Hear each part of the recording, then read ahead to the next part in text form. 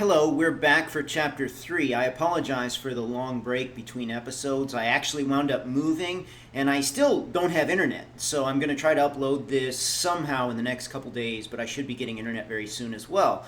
So there were a few things last time in chapter 2 of Wizard Knight that I failed to mention. And one of them is that when Abel plants the seed there, right, he says, "Good Lord." If you have a Kindle version, right, of the Wizard Knight, you might want to just put that in there because it will repeat at certain key scenes, especially, right, concerning Arnthor's sister Morcaine and the goblet in use there when she drinks from it.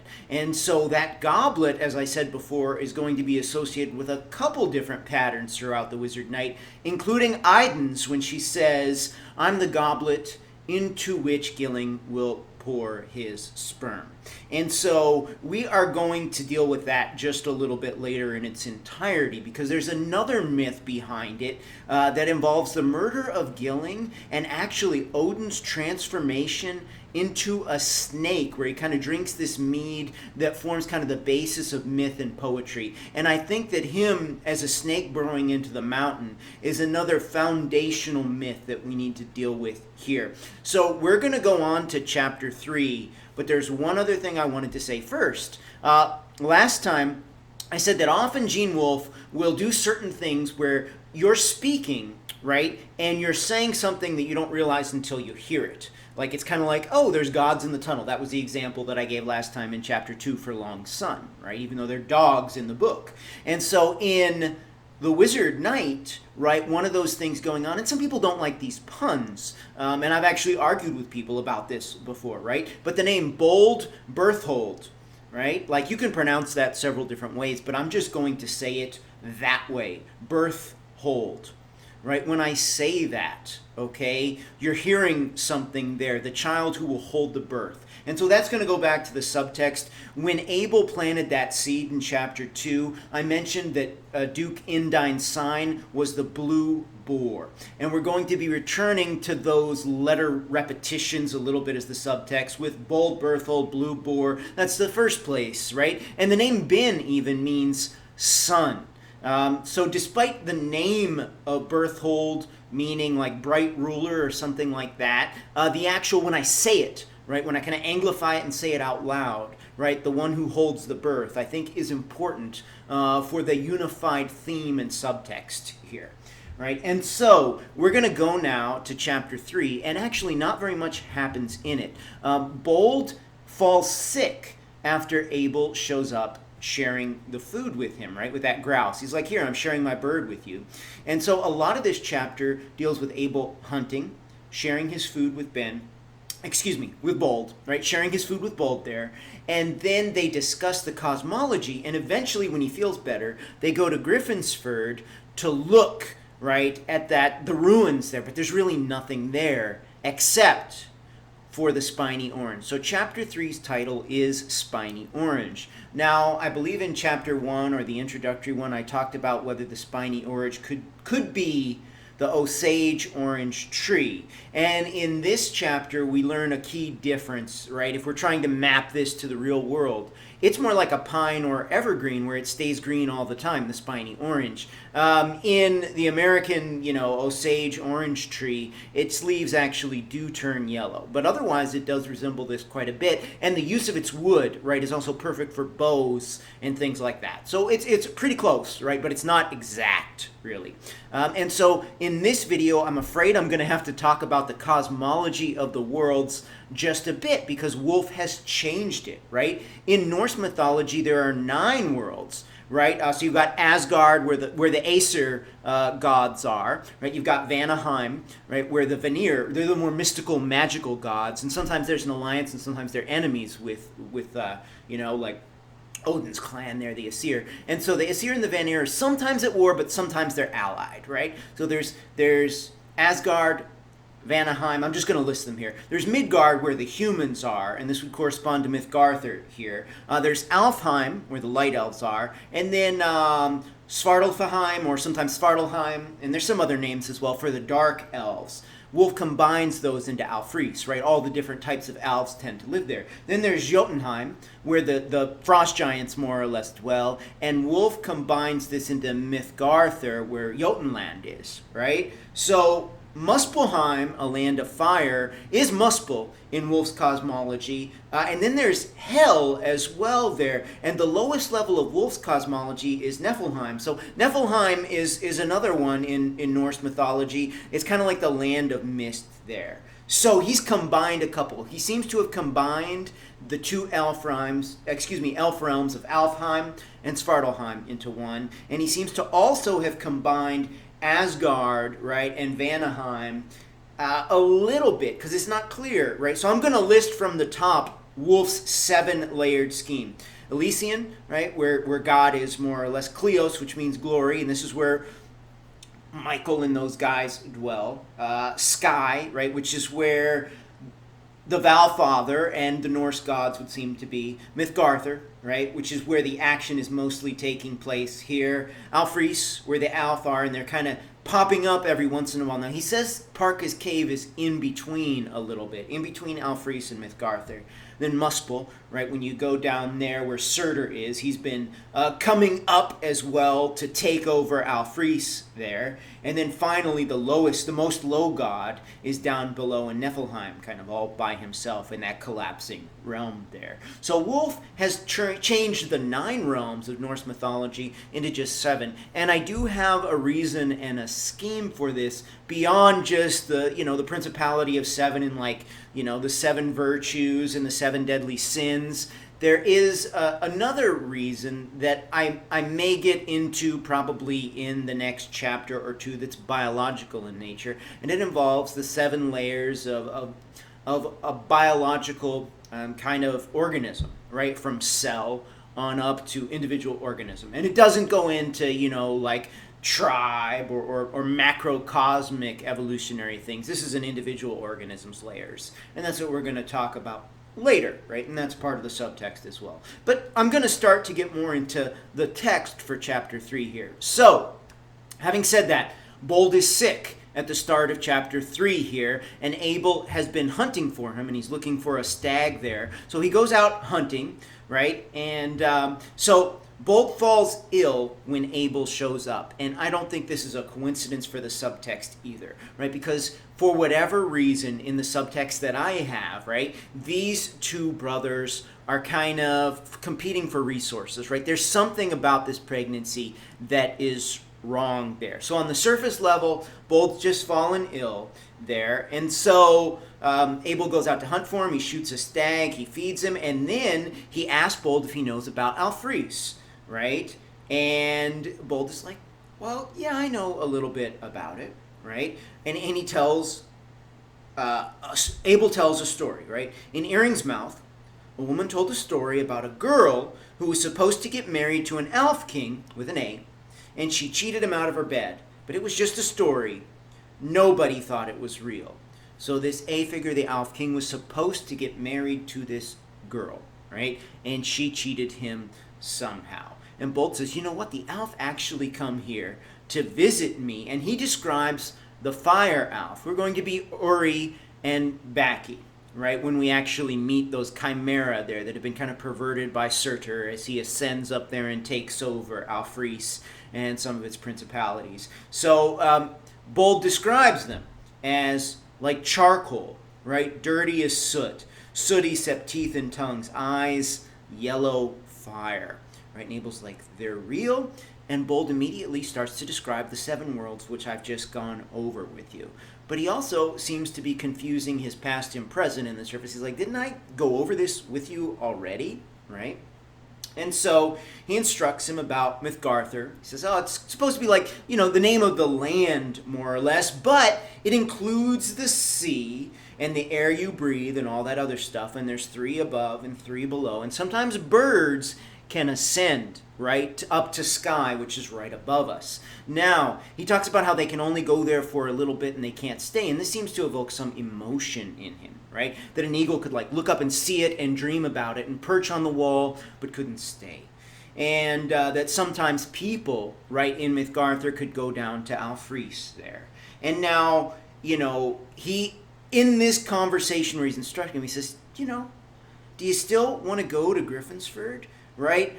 I'm feeling better now that I have good meat in me. And so we're going to see that oftentimes, right, this nourishment, this food is very important to be able to do certain things. So Bold was sick, now he's feeling better. Now they're going to go to Griffonsford there. But Abel wants to talk more about Alfreece first, right? And he says, okay, great. You probably have more questions than I have answers, and a wolf howls at that particular point. Now, there is going to be some minor character names here coming up in the description, and one of them's name actually does mean wolf, right? Old, who lived across from Baldig. And the interesting thing about Old here is that he had 6 fingers. I was going to hold up one hand, but I can't quite do it there. He had 6 fingers. And this is going to be a pattern that we're going to see a little bit later where extra body parts are involved. But I wanted to point out that combination of letters, Old, living right across from Baldig, right, is the same as Uri and Baki, the Chimera. Okay, and they're talking about the fire elf here. And so we're going to delve into what they are symbolically a little bit later here. But Abel has all these questions, right, about the cosmology there, and he wants to know about the Angerborn and the Osterlings, A and O, right? The Osterlings that supposedly tore down Bluestone Castle. And, Bold tells him, hey, the Angerborn are up north there. They come with the frost. They go with the snow. They take slaves. They don't just steal. They took Gerda away. And so, right, that woman that he's interested in, Gerda, has been taken away by these giants, right? And so as he instructs, eventually, right, the last question that Abel asks is important. He says, have you ever seen a castle there in the sky, Bold Berthold? And then he says, I did. I was lying in the grass and looked up at the clouds. And Bold is like, you saw it, right? Yes, honest, I did. It didn't seem like it could be real, but I got up and ran after it, trying to keep it in sight. And it was real, a 6-sided castle of white stone up above the clouds. You saw it. His hands were trembling worse than ever. I nodded. Up among the clouds and moving with them, driven by the same wind. It was white like they were, but the edges were hard and they were colored flags on the towers. The memory took me by the throat. It was the most beautiful thing I ever saw. Now, he is going to describe Desiree in the list of characters at the start as one of the most beautiful things he could possibly imagine. Remember how he ran after that castle? That was what led him kind of into Parka's cave and Mythgarther via Alfreece, right? So they get up, and Bold the next day leans on his staff as they travel, right? And he says, you wanted to know about a lot of things, especially the birds going up there and how, they can stay, they can't stay. But he says, look, we're not going to talk about that. Maybe not now, maybe never, right? We're never going to maybe come back to this idea. A bird perching on the castle there that wants to stay there. And he says, you know what? I don't want to lose you no more. Birds can't stay. You and me can't go at all. See it, though. Understand? So there's something about this going to sky there that upsets Bold and makes him think that he might lose his brother Abel as he sees our narrator here at this particular point in time. And so they begin going to Griffonsford, right? And they continue to talk about the cosmology. And, at one point Abel asks, what if an elf tried to stay here, right? It would come up to this level in Mythgarther, and Bold just tells him he would die, right? That's what would happen. They couldn't live there. They couldn't stay there forever.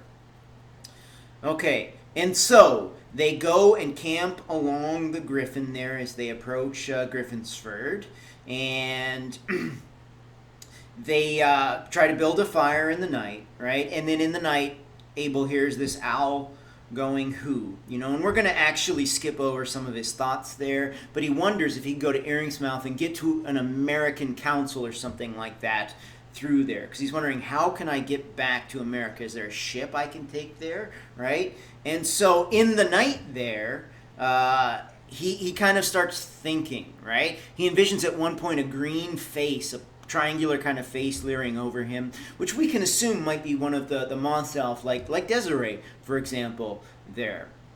And so when the owl is hooing, more or less, this is what Abel starts to think.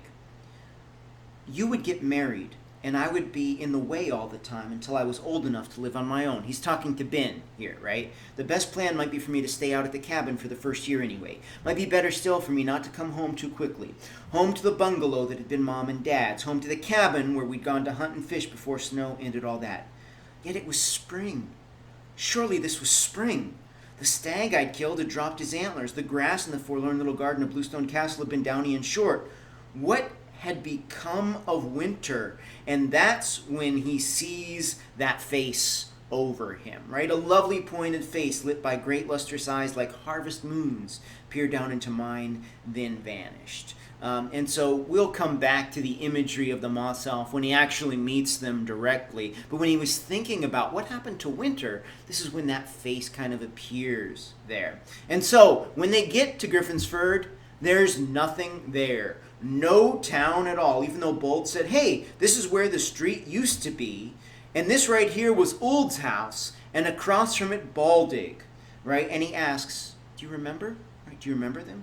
And he said, Old had 6 fingers, so did his daughter, Skena, a U and an S, right? And so I want to start really paying attention to these letter conglomerations, considering that Schildstar was the one that attacked the village and took Gerda, that S character here. And here we have a U and an S associated with 6 fingers, right? And also this U and B is going to be related to Uri and Baki, the fire elf. And we're going to talk more about their place in the cosmology. Remember, they are chimera, right? They are chimera. And here in Griffonsford, we have a U and a B, like living right across from each other there. One of them has 6 fingers, right? Okay, and so Bold asks Abel to pick up his stick for him, right? And he says, this here was our house, yours and mine, only it used to be Pa's. Recollect him? No, you don't recollect her. Ma got took 'fore you was ever weaned. Mag, her name was. So the mother figure has that M at the start there.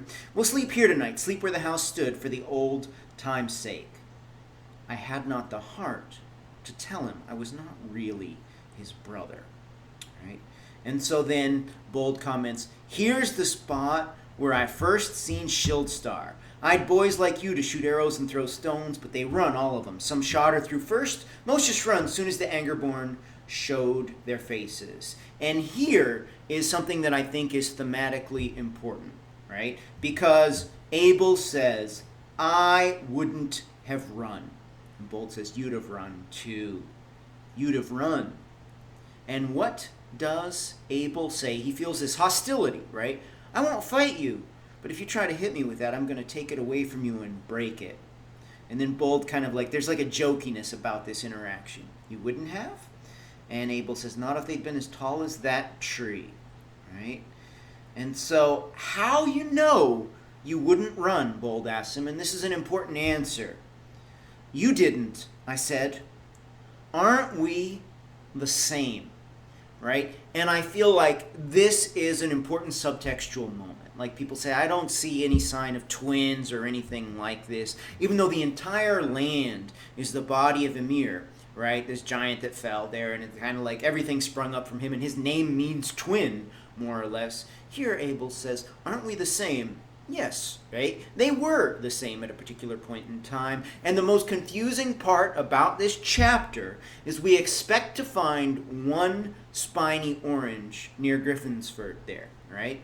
But instead, there are 2, okay? And we don't expect it. It's very weird, and it's never really explained adequately, right? So, they sleep there. Bold talks about Griffonsford. There was no school, no doctor, no police. Okay, this is where people could cross the Griffin. Fine. Now, I want to read what it says about the Angerborn and the Osterlings. If the Angerborn had been giants, the Osterlings that sometimes came in summer had been devils, gorging on human flesh to restore the humanity they had lost. And so, also, note at the start of this chapter, Bold was feeling kind of sick until he ate something as soon as Abel showed up. And we have this like, okay, here's the Angerborn and here's the Austerling. The Alf had come like fog in all seasons and had vanished like smoke. Mossmen and salamanders mostly, Bold Berthard confided, or else little Bodekin. They'd help sometimes, find lost stock and beg blood for it. I'd stick a thorn in and give a drop or two. They ain't but mud, that kind. So we've got the Earth Elf, the Fire Elf, the Moss Elf, right? And so, right, he continues to talk about that. Abel shows him the arrowheads, that's fine. And as we go, right, Bold finally leads him into the brush, okay? And there's a stump. And he says, hey, this is the Spiny Orange stump. You planted it 'fore you went away. It was on my land, and I wouldn't let nobody cut it. Only somebody done when I wasn't looking. And I think this is also symbolic, right? This is the Spiny Orange that was planted there on Bold's land. It's Abel's, more or less. And somehow it's cut. What does that mean, right? Well, in my twin analogy, I think it's pretty clear exactly what that fecundity means when it's cut off there. It started to grow there, and then it was cut off, and it had to grow somewhere else. There's going to be another tree, though, that I think represents Bold here coming up. So here, right, Abel actually plants one of his remaining 2 seeds, right? I knelt, took one of the 2 remaining seeds from my pouch and planted it near where the earlier stump had grown. When I rose again, his face was streaked with tears. Once more he led me away, then stopped to wave his staff at the wilderness of saplings and bushes that stretched before us. Here was my barley, right, field. See the big tree way in back? Come on. And so there is another Spiny Orange tree right there. And he thinks maybe it's between both Alfreece and Mythgarther there. So I'm just going to read this last paragraph and we'll close out. Next time we'll talk about the larger signification of these realms. It seems to me that I should say more about the Spiny Orange here, but the truth is that I know little. Many of the trees we have in America are found in Mythgarther too. Oaks and pines and maples and so on. But the Spiny Orange is the only tree I know that grows in Alfreece too. The sky is not really strange until you look closely at it and see the people in it, and sometimes hear their voices on the wind. Time moves very slowly here. We're not conscious of it. Only the trees and the people are strange at first sight. I think the Spiny Orange belongs here, not in Mythgarther, and not in America. So what we have here is this in-betweenness of the Spiny Orange. And so we're going to stop there, and I will try to put out this next video much more quickly. Thank you for putting up with me and listening today.